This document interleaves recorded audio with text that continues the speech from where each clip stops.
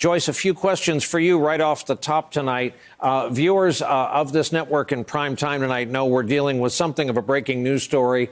A tranche of documents has been freed up from the State Department via a court order. I'm wondering what you make of this. A number of them apparently show multiple contacts along the way between Secretary of State Pompeo and Rudolph Giuliani. Some are going to be looking into here to see if this accounts for Pompeo's lack of air support for his actual employees.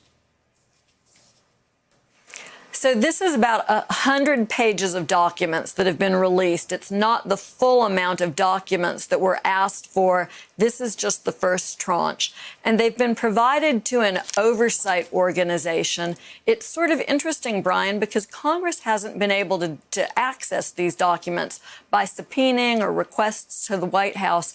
But one piece of good news here is that the administration appears to still be honoring court orders. It was a federal judge who ordered that these documents be turned over.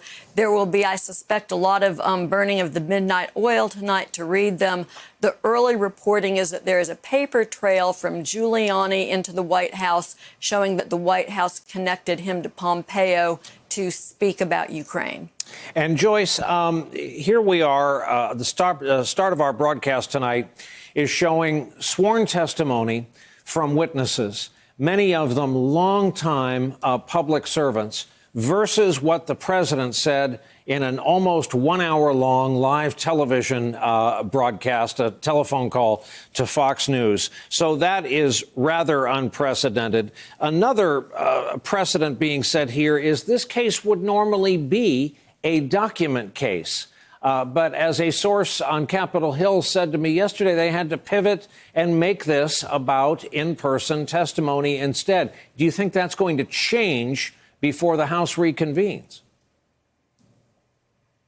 It looks like that's a strong possibility, depending on how quickly these documents are forthcoming and what's inside of them. You know, it's just a fascinating point.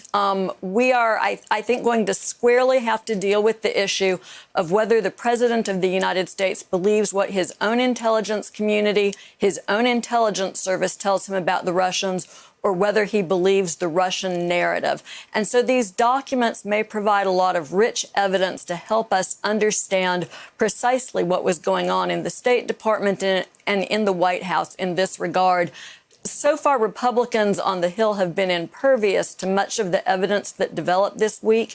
It'll be interesting to see if they'll remain impervious if it turns out that the president was deliberately ignoring the conclusions of the intelligence community and adopting a line that was coming straight from Russia.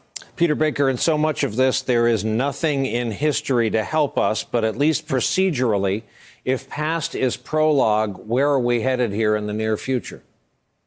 Well, I think that this is resembling in some way the Clinton impeachment, not in terms of the substance of the charges, obviously. They're two different presidents accused of two different types of things. But in terms of the dynamics, the political dynamics, we seem to be heading toward a party line vote in the House that would impeach the president of the United States, and a vote by the opposition party without any members, or at least many members of the president's own party joining in. That's exactly what happened in 1998. They sent it to Senate for a trial where the president, in that case, Bill Clinton, was acquitted because, again, it fell largely along party lines. That, at the moment, looks like what would happen in this Senate trial as well if it were to go to that in January. So the difference is, the main difference is that, aside from the substance of the charges, is that there is an election coming up afterwards. Bill Clinton was in his second term. He wasn't going to run again.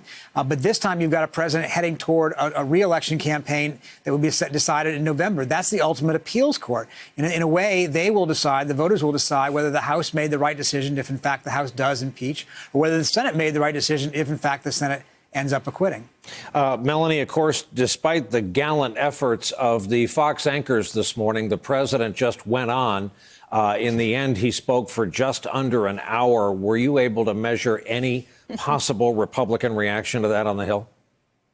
Look, I've been talking to Republicans for the past 2 weeks about these hearings, and it's pretty clear that none of them are even close to coming in support of impeachment. And You know, I think one of the real reasons is we have seen a transformation of the GOP party since Trump took office. You know, he's had a firm grip on this party. There is no room for dissent in the GOP anymore.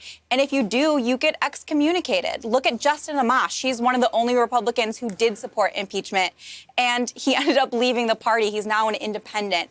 A bunch of moderate Republicans also lost the re-election last year. And so we are looking at a much more conservative party. Time and time again, we've seen the Republicans line up against the president, for the president, and I think we're seeing the same thing happening with impeachment.